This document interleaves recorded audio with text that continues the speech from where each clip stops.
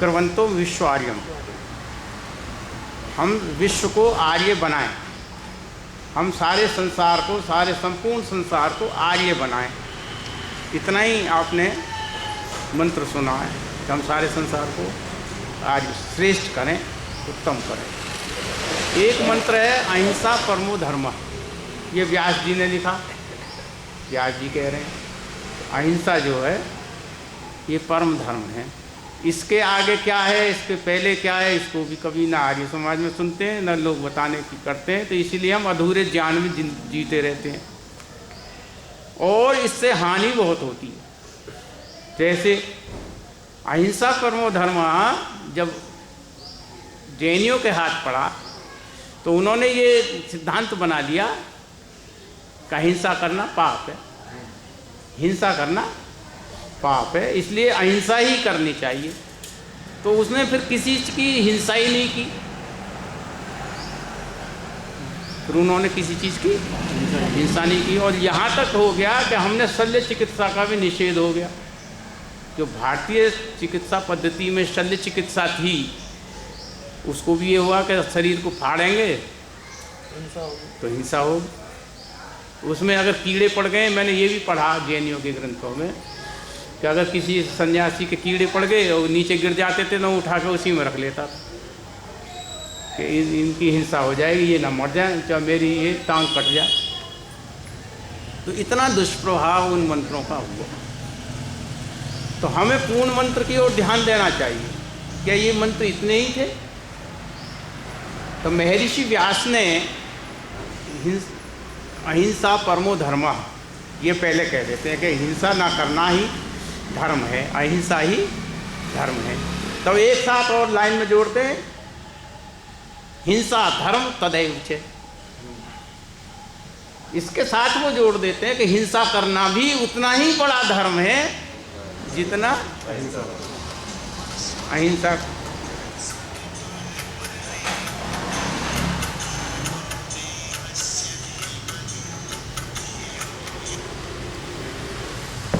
तो अब कितनी बड़ी बात हो गई कि एक तरफ तो कहने कि हिंसा अहिंसा परमो धर्म, एक तरफ हो गई कि हिंसा भी करना धर्म है। यही मनु महाराज ने लिखा, महर्षि दयानंद ने इसको ही प्रतिपादित किया कि जो मनुष्य जीवन के लिए हानिकारक जीव हैं, जंतु हैं, दुश्मन हैं, उनको मार देना चाहिए। ये भी बहुत बड़ा धर्म है। जैसे हम जो देश पे आक्रमण करते हैं, हम उनको मारते नहीं हैं, क्या वो क्या वो पाप हो गया? नहीं हुआ ना। आपके यहाँ तक लिखा, आपके कृषि का क्षेत्र है, उसमें गाय भैंस बैल घुस जाते हैं, आपके जंगली पशु हैं, खा जाते हैं, तो कहता हूँ उनको भी मार दो। पर सबको अधिकार नहीं दिया सब पे मारने का। गुरु व बालवृद्ध हुआ ब्राह्मण व बहुशतम, तो इनको जो चाहे आताई न मायांतम हिन्यात विचार्यम, इनको मार दे, बाद में विचार करें। तो क्या ये हिंसा हो गई? ये भी धर्म है। चलन दो, ये बकवास कर रहा कोई है जो। तो इसलिए हम इस चीज़ को बहुत ध्यान से पढ़ते नहीं हैं और हमारे बीच में वो बात सत्य आती नहीं है, उसका बहुत दुष्प्रभाव पड़ जाता। तो आज जो मैं मंत्र की व्याख्या करूँगा, कृवंतो विश्व आर्यम, इसकी ओर हम चर्चा करेंगे। ये ऋग्वेद के 9वें मंडल में 63वें सूक्त का 5वां मंत्र है। क्या कहता है मंत्र? मैंने उस दिन भी इन बच्चों को कहा था जब हो रही थी बात। क्या कहता है? इंद्रम वर्धन्तो अप्तुरः,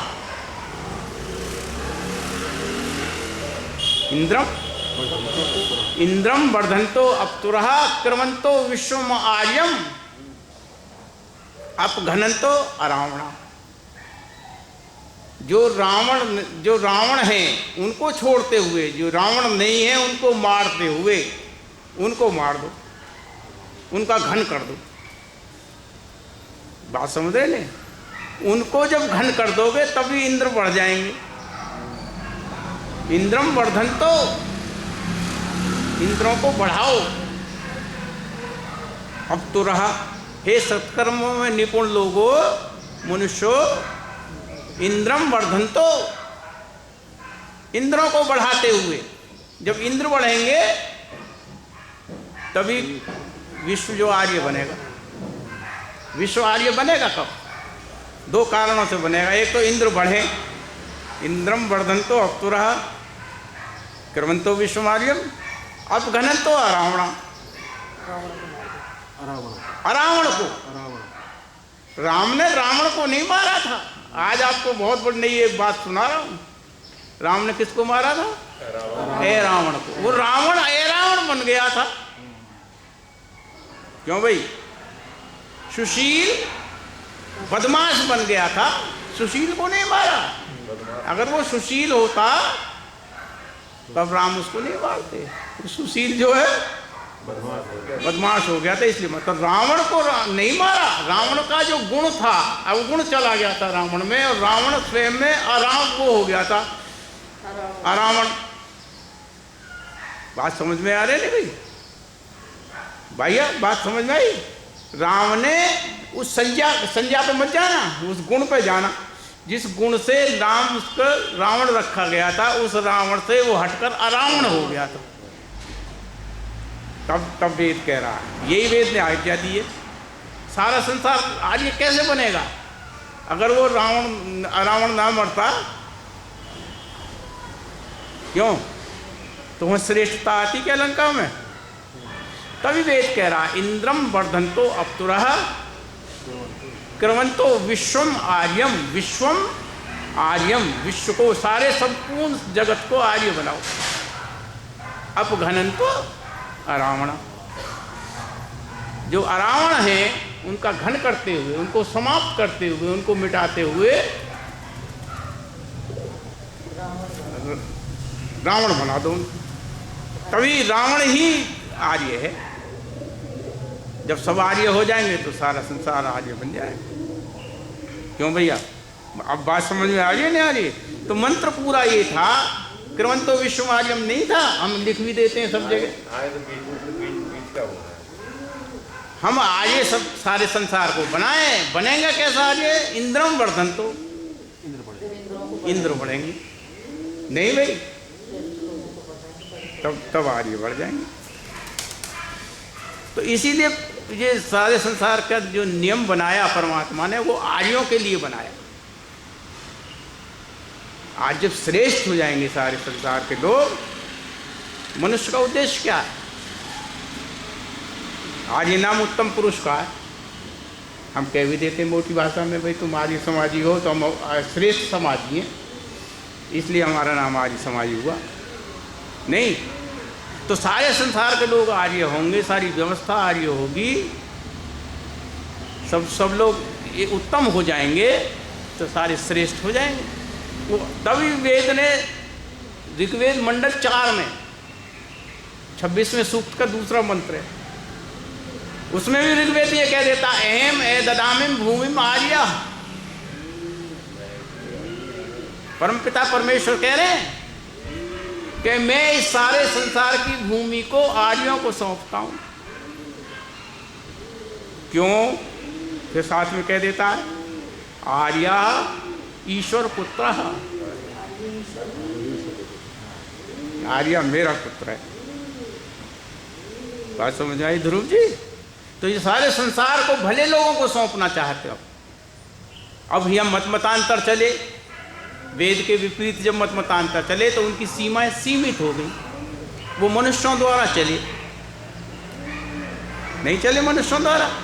कोई भी मत बताओ आज दुनिया में ऐसा हो जो परमात्मा के ज्ञान से चला हो, सब मनुष्यों के। परमात्मा अनंत है तो उसका ज्ञान भी अनंत है, और ये संकुचित दायरे में होकर चलेंगे। जो इन्होंने सोच लिया उस पे ही वो चलते रहे। एक तालाब का जो मेंढक था, आपने कहानी सुनी नहीं होगी भाई? अबे तू तो कुएं का मेंढक रह गया। कारण क्या है? वो कहानी आती है, कूप मंडूक हो गया। एक तालाब का मेंढक रहने वाला कुएं में जा गिरा। जब कुएं में गिर गया तो वहाँ के और मेंढक मिले, आओ भाई साहब कहाँ से आए हो? कहाँ रहते थे? कि मैं तो तालाब में रहता था। भाई कितना बड़ा था? कहने लगे बहुत बड़ा था। तो एक मेंढक ने कुएं में छलांग मारी, थोड़ी सी छलांग मारी, इतना बड़ा था? तो उसने कहा कि नहीं यार, इससे तो बहुत बड़ा था। उन्होंने कहा फिर दूसरी छलांग मारी कि इतना बड़ा था? तो तू मेंढक बोला ना यार, इससे भी बड़ा था। उसने फिर तीसरी छलांग में जो कुएं की पूरी लंबाई थी उसको कूद दिया। कहने लगे इतना बड़ा था? कहने लगे नहीं भाई, इससे बड़ा था। तो नाराज हो गया, कहते मूर्ख, इससे बड़ा तो होता ही नहीं है, होता ही नहीं है। झूठ इतना। ऐसे ही मतमतांतरों में हुआ। उन्होंने जो सोच लिया वो उनका एक सिद्धांत बन गया। जब सारी दुनिया के लोगों ने, बाइबल ने ये कहना शुरू किया कि ये पृथ्वी केंद्र है और सूर्य इसके चक्कर लगाता, और बाइबल में भी यही लिखा और कुरान शरीफ में भी यही लिखा। जो बहुत दिन बाद लोगों की बुद्धि जागृत हुई तो उनमें एक वैज्ञानिक थे, गैलीलियो, नाम सुना होगा, जिनमें बात में भी उसको देखा परखा के वस्तु का भार कितना हो जाता, मात्रा कितनी रह जाती है। याद तो होगी बेटे तुम लोगों को? गैलीलियो नाम था। तो गैलीलियो ने ये किया कि नहीं, कि संसार का केंद्र सूर्य है और सूर्य के चारों ओर पृथ्वी चक्कर लगाती है। पहले तो कह रहा है पृथ्वी, बाइबल तो कहती है कि पृथ्वी जो केंद्र है और सूर्य इसके चारों ओर चक्कर लगाता है। गैलीलियो ने ये कहा कि नहीं भाई, ये बात गलत है, वेद ने जो कहा है वो सही है। भगवान नाराजगी पैदा हो गई। पोप की अध्यक्षता में एक मीटिंग बुलाई गई और उसमें दंड दिया गया गैलीलियो को 10 साल का कठोर कारावास। कि ये मूर्ख है, इसने हमारे सिद्धांत के खिलाफ, हमारे नियमों के खिलाफ, हमारी भावनाओं के आहत किया है इसने, और ये सिद्धांत जो है गैलीलियो ने कहते, तो उसे 10 साल कठोर कारावास की सज़ा हुई। ऐसे और भी लोग संसार में हुए जिन्होंने विरोध किया, उनको दंड मिला, फांसी तक लगा दी गई। ऐसे ही कुरान शरीफ में भी हुआ। कुरान शरीफ ने तो पहले ही लिख दिया, जो इस पुस्तक पर ईमान नहीं लाता वो काफिर है। उन्होंने पहली लाइन में लिख दिया। और वो कहते हैं कि संसार में संसार बनने के बाद 5वें दिन सूर्य बना, खुदा ने बनाया। तो हमने उनसे पूछा जब सूर्य नहीं था तो 5 दिन कैसे गिने थे? पर अगर इसी को आप जो है कहोगे तो इसी से कह देगा कि तुम जो काफिर हो। अब बताइए, उनका इंजीनियर, उनका डॉक्टर, उनका फिलोसफर, उनकी सीमा एक निश्चित थी? नहीं, वेद की कोई सीमा निश्चित, क्योंकि वेद ईश्वरीय ज्ञान है। वेद ईश्वर अनंत है, उसका ज्ञान भी अनंत है। तब जब सबको मालूम पड़ गई कि ये सूर्य के चारों ओर घूमती है, 32 लाख गुना बड़ा है सूर्य पृथ्वी से, तो राई के चारों ओर पहाड़ घूमेगा या पहाड़ के चारों ओर राई घूमेगी? बताओ भाई। स्वाभाविक है। अरे ये तो एक मोटी बात थी, पर उनको एक समस्या पैदा हो गई। अकबर इलाहाबादी ने लिखा, पुरसुकून दी जिंदगी जब आसमां गर्दिश में था। ये सारी जिंदगी बड़ी आराम से चल रही, जब तक ये कह रहे थे कि सूरज घूमता है। नहीं, पुरसुकून थी जिंदगी जब आसमां गर्दिश में था, जब आसमां गर्दिश में था। जब से घूमी है जमी, हर आदमी चक्कर में है। कहने लगे अब क्या करें यार, ये बात तो ये सही है, ये माने। भूगोल का मुसलमान प्रोफेसर जब क्लास में जाता है तो कहता है ये पृथ्वी नारंगी की तरह चपटी है, गोल है। यही तो हम पढ़ते हैं और यही विज्ञान कहता है। पर जब नमाज करने वही प्रोफेसर बैठता है तब कहता है खुदा ये पृथ्वी चटाई की तरह। कुरान में जो लिखा है ना, दस्तरखान बोलते हैं। तो अब बताइए कि जब आज ये कैसे बनेगा? इंद्र कैसे बनेगा? क्यों भाई? इंद्रम वर्धन्तो है ना। तो इसलिए हमारे ज्ञान को करने के लिए परमात्मा ने ये कहा कि मैं ये पृथ्वी सारी भूमि को एम ए ददाम भूमि में आर्या, मैं श्रेष्ठ व्यक्तियों को सौंपता हूं। महर्षि दयानंद ने जब स्वयं तब प्रकाश लिखा, आर्य समाज को किसी को फुर्सत नहीं है। बड़े बड़े विद्वान जो आर्य समाज के आज दिग्गज हैं और रहे हैं, उन्होंने कभी ये नहीं सोचा कि महर्षि दयानंद ने स्वयं तब प्रकाश में क्या लिखा है। कभी आप लोगों ने सोचा भाई? अच्छा बताओ अगर क्या लिखा होगा उन्होंने। ये कह दिया कि उन्होंने ये लिखा है जो मैं मानता हूँ या ना नहीं मानता हूँ उसको लिखा, यही तो कह रहे हैं। अरे स्वयं मंतव्य जिसको मैं मानता हूँ, ए मंतव्य जिसको नहीं मानता हूँ, उसका हेडिंग ऋषि दयानंद ने लिखा स्वयं मंतव्य ए मंतव्य प्रकाश। क्या बात है। महर्षि दयानंद कहता है जो आर्यों का सनातन वेद विहित मत है, क्या जो आर्यों का, आर्य शब्द लगाया, जो आर्यों का सनातन वेद विहित मत है उसकी विशेषतः व्याख्या करता हूं, जिसको मैं यथावत मानता हूं। बात समझ में आ रही नहीं आ रही? तो वो मंतव्य जिसको वेद ने विहित किया है और वेद विहित करेगा वो आर्य है, जो उसको मानेगा वो आर्य है। वेद ने कहा, मनु ने कहा, महर्षि दयानंद ने प्रतिपादित किया, दो ही तरह के संसार में प्राणी मनुष्य आते हैं, एक आर्य और दूसरे दस्यु। ये अनार्य है, जो इंद्र नहीं है वो दस्यु। क्यों भैया? तो इसी को अपघनंत करना है। अच्छा इंद्र कौन है ये बताओ, इंद्र का क्या मतलब है? क्यों भाई, क्या है इंद्र?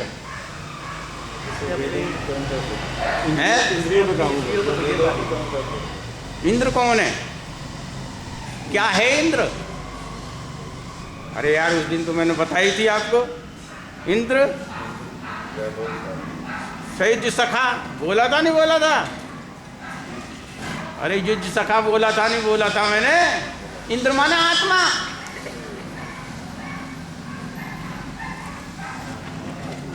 इसका क्या मतलब हुआ? इंद्रम वर्धन्तो, जो आत्मज्ञानी है उनको बढ़ाओ।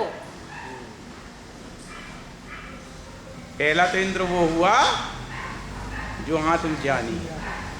इंद्र का मतलब मोटा मोटा अगर आप देखें, जिसको पौराणिक लोगों ने कहानी बना दी, जो परम ऐश्वर्यशाली है, जिसके पास परम सत्ता है। क्यों भाई? जिसके पास बहुत बड़ी शक्ति है उसको हम क्या कहते हैं? और यही कहानी बना ली उन्होंने कि इंद्र का दरबार सजा हुआ था, वैभवशाली था, अप्सराएं नाच रही थी, ये हो रहा था, वो ये कहानी बना रखी है, नहीं बना रखी है? तो इंद्र में जो शब्द है ये केवल जो प्राणी जगत है उसके लिए प्रयुक्त नहीं हुआ। जो है प्राणी जगत है उसमें भी जो वैभवशाली है, जो विशेष जिसके पास शक्ति है, उसको भी इंद्र हमने का वेद ने कहा। जैसे सूर्य को इंद्र कहते हैं, नहीं है इंद्र? इंद्र जो है सूर्य है, उसके पास विशेष एक वैभव है, उसके पास एक विशेष शक्ति है। तो इद धातु से इंद्र बना है, इदी धातु से इदी, इदी धातु से व्याकरण में, संस्कृत में बहुत ध्यान से सुनना भाई मेरी बात को। मंत्र तो बहुत छोटा सा है और इसका महत्व बहुत बड़ा है, कोई बात नहीं। इदी जो है, इदी धातु व्याकरण से इंद्र शब्द बना है, और इंद्र का मतलब है विद्या ऐश्वर्य युक्तम। नीरज, विद्या और जो ऐश्वर्य से युक्त है वो इंद्र है। इसको बढ़ाओ, तो आत्मज्ञानी को बढ़ाओ, नहीं? विद्याभ्यास तपोज्ञानम। मनु क्या कह रहा है 12वें समोल्लास में? विद्याभ्यास तपोज्ञानम इंद्रियाणाम च संयम।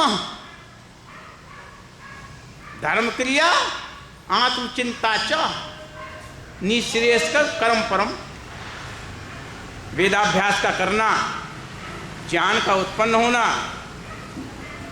इंद्रियों को बस में रखना, धर्म क्रिया करना और आत्म का चिंतन करना, ये 6 जो है मोक्ष के कारण है। तो इसमें सबसे बड़ा जो क्या है कारण, वो है आत्मचिंतन करना।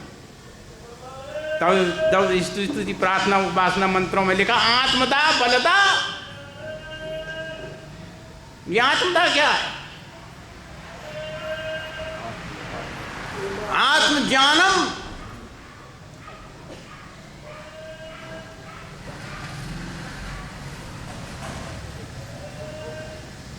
सर्वेषां चु एतेषां, इन सब में 6 में सर्वेषां च एतेषां आत्मज्ञानम परम स्मृतम। मनु महाराज कह रहे हैं कि जो 6 मैंने बताए थे, वेदाभ्यास, ज्ञान, तप, इंद्रिय संयम, धर्म क्रिया, आत्मचिंता, तो इन सब में सर्वेषां च एतेषां, इन सब में एतेषां, इन सब में आत्मज्ञानम परम स्मृतम। आत्मज्ञान सबसे बड़ा ज्ञान है। तो जब आत्मज्ञानी हो जाता है आदमी, तब क्या हो जाता है? इंद्र हो जाता। बात आई समझ में नहीं आई? ततः ही सबसे पहले है वो सबसे बड़ा आत्मज्ञान सबसे बड़ा है, क्योंकि इसी से मोक्ष को प्राप्ति होगी। तो इसलिए हमें आत्मज्ञान को बढ़ाना चाहिए। जो आत्मज्ञान बढ़ जाएगा, विद्या ऐश्वर्य युक्त हो जाएगा, तो वो इंद्र हो जाएगा। इसी के लिए कह रहा कि इंद्रम वर्धन्तो, ऐसा सत्कर कर्मों में निपुण सज्जनों, इंद्रों को बढ़ाओ, आत्मज्ञानियों को बढ़ाओ, तब विश्व आर्य बन जाए। नहीं केवल आर्य समाज में, सारी आर्य समाज खोल दो कि सारी दुनिया में संसार आर्य बन जाएगा क्या? और बन गया क्या? क्यों बेटे बना? नहीं बन पाया, क्योंकि हमने आत्मज्ञानी पैदा नहीं किए।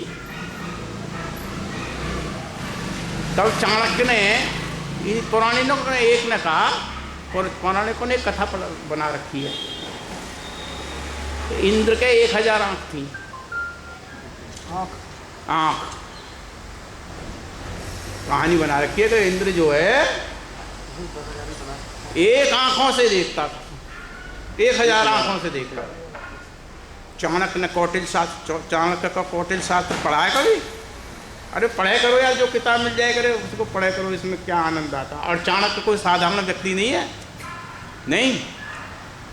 चाणक्य का जो सूत्र है क्या लिखता है? इंद्रस्य ही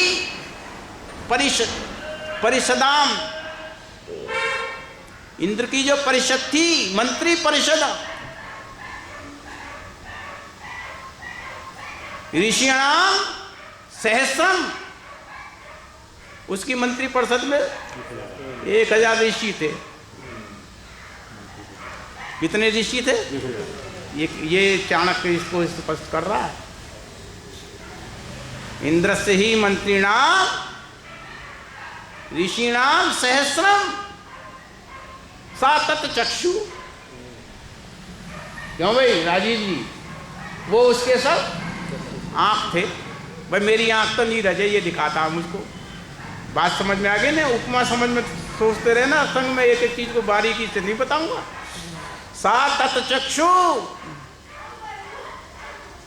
नहीं, तस्मात इदम दुअक्षम सहस्राक्षम आहु। उन 2 आंख वालों को 1000 आंख वाला कह दिया। अरे 1000 आदमियों के 1000 आंख हो गई, नहीं हो गई? इसका मतलब क्या है? आंख का मतलब है देखना। तो ये इन आंखों की बात नहीं है, कहे के ज्ञान के चक्षु। उस बुद्धि से 1000 ऋषि थे उसके पास, जिनके ज्ञान से वो इंद्र अपनी सभा को चलाता था तो हो गई 1000 आँख, इंद्र के नहीं हो गई भाई।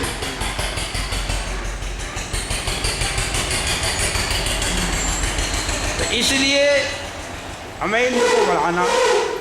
इंद्र बढ़ेंगे ऐसे, इंद्र माने आत्मज्ञानी।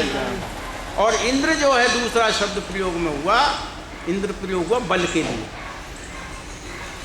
जो बल है, जिनके पास ताकत है जिनके, वो भी जो है इंद्र होगा। बल दाता नहीं है, वो बल का दाता भी है, इंद्र है। क्यों? तब क्या लिखता है बल को? छांदोग्योपनिषद ने लिखा, पढ़े छांदोग्योपनिषद, देखा भी है, देखा भी नहीं होगा आप, पढ़ने की बात छोड़। छांदोग्योपनिषद कहता है बलम वाव विज्ञानाद भूयः, बलम वाव विज्ञानाद भूयः। बल जो है ये कोरे एक उनसे अज्ञानियों से ज्यादा मजबूत होता है। जो ज्ञानी है ना, बहुत कोरे ज्ञान जिनके पास है, कोरा ज्ञान, उनसे एक बलवान ज्यादा महत्वपूर्ण होता है। अपि शतम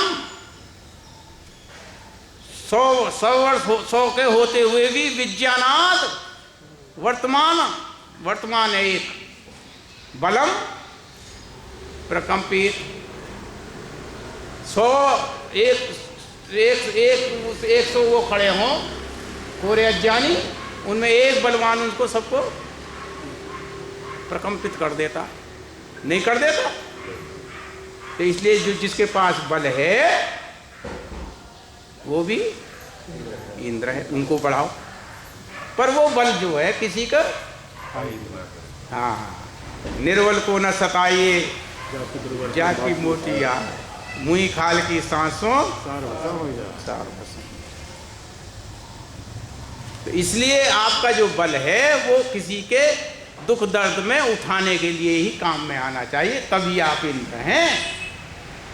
और नहीं तो फिर आप अरावण हो जाएंगे।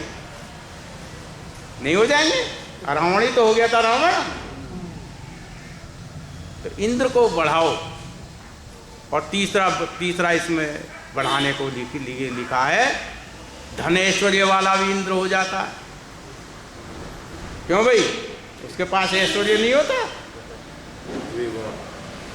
धनेश्वर्य वाला। और हम वेद में भी कहते हैं हम धन संपत्ति के स्वामी बने, हम ऐश्वर्यवान बने। तो धन संपत्ति के ऐश्वर्यवान भी, धन संपत्ति आपकी तभी इंद्र बनाएगी जब वो आपका धन दूसरों के काम भी आएगा। और नहीं तो वो धन आपको दुष्प्रवृत्ति में प्रवृत्त कर देगा, नहीं हो जाएगा। आपने आकाश बेल देखी है जो वृक्षों पर चढ़ जाती है, पीले पीले धागे जैसी? अरे पीली पीली क्या कहते हैं उसको हम? अमरवेल। एक पीला धागा सा होता है, केवल धागा से होता है, किसी वृक्ष पर डाल दो, वो बढ़ती उसको सारे को ढक लेती है और पड़ोसी वृक्ष को ढक लेती है और उसे चूस चाँस के उसको सुखा देती है, उस वृक्ष को सुखा देती है। आपने देखा नहीं कभी? पीली होती है, बिल्कुल पीली रंग की। तो ये धन जो है जब जिससे चिपट जाता है उसको चूस के उसको नष्ट कर देता है। तो ऐसा धन हमको नहीं चाहिए जो हमको ही चूस के हमको ही दूसरों के काम में। अगर धन आपका काम नहीं आया तो आप इंद्र रावण। बहुत बड़ी बात व्यास जी ने एक लिखी, पढ़ते हो कभी? नहीं पढ़ते? क्यों भाई? आज सुना रहा हूं आपको, बहुत कैड़ी लगेगी बात, अच्छी भी नहीं लगेगी, सुनी भी बहुत होगी। द्वांसी निवेष्टव्यो गले बद्या दृढ़ासलाम। इन दो आदमियों के गले में पत्थर, रस्सी के पत्थर बांध के पानी में डुबो देना चाहिए। द्वांसी निवेष्टव्यो, इन्हें पानी में, दो आदमियों को पानी में डुबो देना चाहिए। कैसे? गले बद्ध्या, गले में बांध करके दृढ़ा से लाम, पत्थर बांध के भारी भारी दृढ़ा पानी में, जो ऊपर को आ गई ना बस पानी में ही। ए दातारम धनवंतम ए दातारम, जिसके पास धन हो और दाता ना बना हो। अभी कह रहा था ना दाता हो उसके संग चलो, सुन रहे थे नहीं मंत्र में, धनवंतम ए दातारम दरिद्रम ए तपस्विनी, जो गरीब होकर के परिश्रम ना करता हो और जो पैसा होने के बाद भी दान ना करता हो, इन दोनों के गले में रस्सी से पत्थर बांध के पानी में डुबो देना चाहिए। कितनी बड़ी बात महर्षि व्यास कह रहा। क्यों भाई? विद्या ऐश्वर्य युक्त होता है इंद्र, जिसके पास विद्या भी हो और ऐश्वर्य भी। विद्या आने के बाद क्या होता? विद्या आने के बाद भी क्या तुम समझते हो कि वो इंद्र बन जाता है? विद्वान बनने के बाद भी नहीं बनता। क्यों भाई? परिहर्तव्य दुर्जनो परिहर्तव्यो विद्यालंकृतोपि सन, दुर्जन हो जाता है वो आदमी अगर विद्या से भी अलंकृत है तो भी दुर्जन हो जाता है, अपने चरित्र को खो देता है। नहीं, मदहवे गुफ्तार को न ये समझो इखलाकी असर, खूब कहना और है और खूब होना और है। संसार में कहते तो बहुत लोग हैं, क्यों? कथनी और करनी में अंतर जब होता है विद्वान की में, तो भी वो इंद्र नहीं बनता। तो इसलिए इंद्र बनने के, जो इंद्र नहीं बनता उसको फिर एक ही इलाज का बताया, क्या करो? गले में पत्थर नहीं, अपघनता। मारने का मतलब केवल हिंसा ही करनी नहीं है, उसको समाप्त करो। समाप्त करने के बहुत तरीके हैं ना भाई, विद्या से, बल से, इन सब से नहीं समाप्त होता भाई। हमने उसे दंडित कर दिया, समझा दिया, विद्या उसको दे दी, तो क्या वो इंद्र नहीं बन जाएगा? ऐसे बहुत से लोग संसार में आए जिनको आपने प्रवचन दिया, उनकी समझ में आई और जीवन में आगे बढ़ गए। तब एक संस्कृत के कवि ने लिखा, विद्या एव मदो येषां, विद्या आने के बाद जिसके पास घमंड आ गया। क्या हुआ? विद्या आने के बाद जिनको घमंड हो गया, कार्पण्यम विवेशति, और धन आने के बाद कंजूसी आ गई उसके पास। दो हुई ना, मैंने पहले धन की बात कही थी और फिर अब कह रहा हूं विद्या की बात, दोनों को मिला दिया उसने। विद्याए मदो येषां, जिसके पास विद्या आने के बाद घमंड आ गया, और कार्पण्यम विवेशति, जिसके पास वैभव होने के बाद भी कृपणता आ गई। तब क्या कहता है? तेषां देव अभिशप्तानां, उन दुर्भाग्यशालियों के लिए परमात्मा ने सलिलात अग्नि उत्तता, पानी में आग लगा दी। जबकि पानी काहे के लिए होता है? अरे बुझाने के लिए होता है, दुनिया की आग बुझाने के लिए होता है, पर उनमें आग लग गई अपने में। तेषां देव अभिशप्तानां सलिलात अग्नि उत्तता, अग्नि जो है पानी में ही अग्नि खड़ी होगी। तो हमको इंद्र बनाना है, लोगों को वैभवशाली बनाना है, धन धान्य से संपूर्ण करना है। नहीं भाई, तभी क्या होगा? कृवंतो विश्वम, जब ही सारा संसार आर्य बनेगा। आर्य बनाने के लिए तरीका ये नहीं है कि केवल आर्य समाज ने इतने आर्य समाजी बना दिए।